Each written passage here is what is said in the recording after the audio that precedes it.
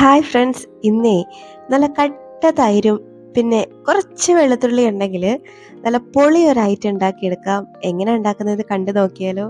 എല്ലാവർക്കും ഇഷ്ടപ്പെടുന്ന ഒരു റെസിപ്പിയാണ്. എന്നാലേ നമുക്കിത് എങ്ങനെ ഉണ്ടാക്കുന്നതെന്ന് കാണാം. അതിനു മുന്നേ ഈ ചാനൽ ഇതുവരെയും സബ്സ്ക്രൈബ് ചെയ്യാതെ ആരെങ്കിലും കാണുന്നുണ്ടെങ്കിൽ പ്ലീസ് ഒന്ന് സബ്സ്ക്രൈബ് ചെയ്ത് സപ്പോർട്ടോടെ ചെയ്തേക്കണേ. കൂടെ കാണുന്ന ബെല്ലൈക്കണിൽ ഓൾ തന്നെ ഒന്ന് അമർത്തിയേക്കണേ. ഇതുണ്ടാക്കാനായിട്ടേ ഞാനൊരു 20ഓളം വെളുത്തുള്ളി അല്ലി എടുത്തിട്ട് നന്നായിട്ടൊന്ന് ക്ലീൻ ആക്കി എടുത്തിട്ടുണ്ട്. അത് ഒരു ഇടികല്ലിലോട്ടൊന്ന് ഇട്ടെടുക്കാവേ. ഇത് നമ്മൾ ഇതിനകത്ത് ഇടിച്ചാണൊന്ന് ചേർക്കുന്നത്. ഇനി നിങ്ങളുടെ കയ്യിൽ ഇടികല്ലില്ലെങ്കിൽ ഇതേ പ്രോസസ്സ് നിങ്ങൾക്ക് മിക്സിയുടെ ജാറിലും ചെയ്യാട്ടോ. അപ്പം ഈ ഇടികല്ലിലോട്ട് നമ്മൾ ഈ വെളുത്തുള്ളി അല്ലി ഇട്ടിട്ട് 1 ടേബിൾ സ്പൂണോളം കാശ്മീരി ചില്ലിയാണ് ചേർത്തേക്കുന്നത്. ഇനി കാശ്മീരി ചില്ലി ഇല്ലെങ്കിൽ എരിവുള്ള മുളക് പൊടിയാണ് എടുക്കുന്നതെങ്കിൽ അതൊരു 1/2 ടീസ്പൂണൊക്കെ മതിയാവും. ചേർത്തിട്ട് ഇത് നന്നായിട്ടൊന്ന് ഇടിച്ചെടുക്കാം.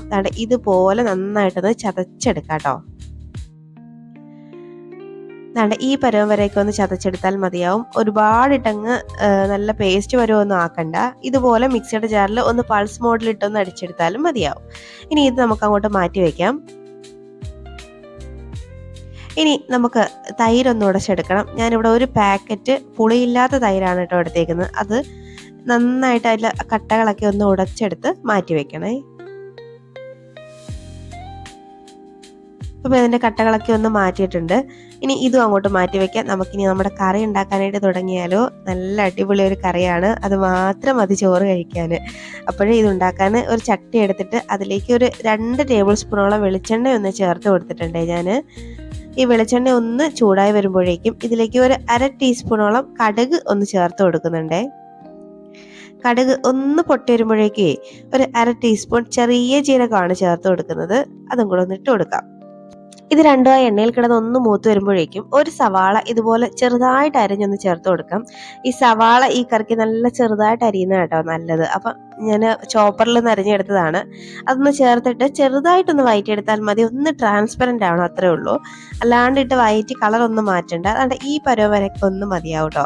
അപ്പം ഈ പരുവമൊക്കെ ആകുമ്പോഴേക്കും നമ്മൾ ഇതിലേക്ക് നമ്മൾ റെഡിയാക്കി ഇടിച്ച് വെച്ചേക്കുന്ന ആ വെളുത്തുള്ളിയുടെ മിക്സ് ഇല്ലേ, അതങ്ങോട്ട് ചേർത്ത് കൊടുക്കാം. ചേർത്തിട്ട് ഇതുമായിട്ട് നന്നായിട്ടൊന്ന് മിക്സാക്കി എടുക്കണം. ഇതുപോലെ നന്നായിട്ടൊന്ന് മിക്സാക്കി ആ മുളക് പൊടിയുടെ ഒക്കെ പച്ചമണമൊക്കെ ഒന്ന് മാറുന്നത് വരെയും നന്നായിട്ടൊന്ന് മിക്സ് ആവുന്ന വരെയും ഒന്നങ്ങ് വഴറ്റിയെടുക്കാം. ഇപ്പൊ ദാണ്ടെ നന്നായിട്ടൊന്ന് മിക്സ് ആയിട്ടുണ്ട്. ഇതിന്റെ പൊടികളുടെ അതായത് നമ്മുടെ മുളക് പൊടിയുടെ ആ പച്ചമുളകൊക്കെ ഒന്ന് മാറി വന്നിട്ടുണ്ടേ. അപ്പോൾ ഈ പരുവം വരെയൊക്കെ ഒന്ന് മതിയാവും. ഇനി ഇതിലേക്ക് കുറച്ച് പൊടികളും കൂടെ നമുക്കൊന്ന് ചേർത്ത് കൊടുക്കണം. അതിനൊരു 1/4 ടീസ്പൂൺ മഞ്ഞൾപ്പൊടി ചേർക്കുന്നുണ്ട്. 1 ടീസ്പൂൺ മല്ലിപ്പൊടിയും കൂടെ ചേർത്തിട്ടേ ഒരു 1/2 ടീസ്പൂണോളം ചെറിയ ജീരകത്തിൻ്റെ പൊടിയാണ് ചേർക്കുന്നത്. അതും കൂടി ഇട്ട് കൊടുക്കാവേ. ചേർത്തിട്ട് നന്നായിട്ട് ഒന്നും കൂടെ അങ്ങ് മിക്സാക്കി എടുക്കാം. ആ മല്ലിപ്പൊടിയുടെയൊക്കെ പച്ചമണമൊക്കെ നന്നായിട്ടൊന്ന് മാറണം, അതുവരെ മിക്സാക്കി എടുക്കാം. ഇപ്പോൾ ദാണ്ടെ പൊടികളുടെ പച്ചമണമൊക്കെ ഒന്ന് മാറി വന്നിട്ടുണ്ട്. ഇനി ഇതിലേക്ക് നമ്മൾ ആവശ്യത്തിനുള്ള ഉപ്പ് ഇതുവരെയും ചേർത്തിട്ടില്ലായിരുന്നു. അപ്പോൾ അതും കൂടെ ചേർത്ത് കൊടുക്കാം. നമ്മൾ തൈര് ആഡ് ചെയ്യുന്നുണ്ട്, അപ്പോൾ അതിനും കൂടെ ചേർത്ത് വേണം ഉപ്പ് ചേർക്കാൻ. ഇനി കുറച്ച് കറിവേപ്പിലയും കൂടെ ഒന്ന് ഇട്ട് കൊടുക്കുന്നുണ്ട്. ഇട്ടിട്ട് വീണ്ടും ഒന്നും കൂടെ ഒന്ന് മിക്സാക്കി എടുക്കാം.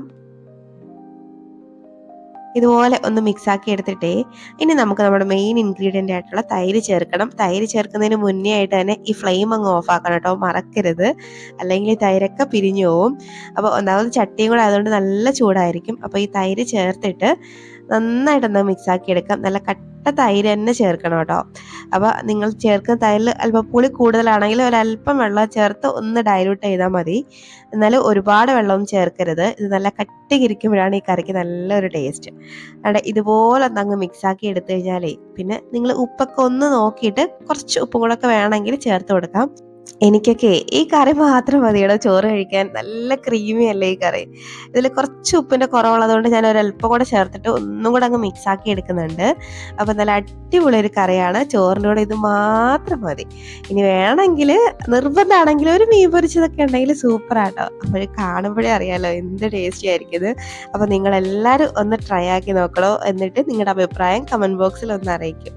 അപ്പം ഇനി ഒരു റെസിപ്പിയുമായി വീണ്ടും കാണാം. അതുവരേക്കും ബൈ. Thanks for watching.